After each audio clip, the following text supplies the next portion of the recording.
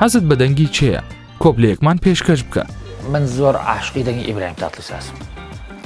هەمیشە گوێی لێ ئەگرم. زۆر جار لێرە لەوەیە کە باس ئەەکەم یا مەسەرەن جاری وایە لە سوشال میدیای خۆم لە ئینستاگرام لەکوێ بەسە جارێک کۆمنتم بۆ دێ ئەمە بێگانە پەرستیە و ئەمە خراپەوانە من هەمیشە وتومە هونەر شتێکە سنووری نییە.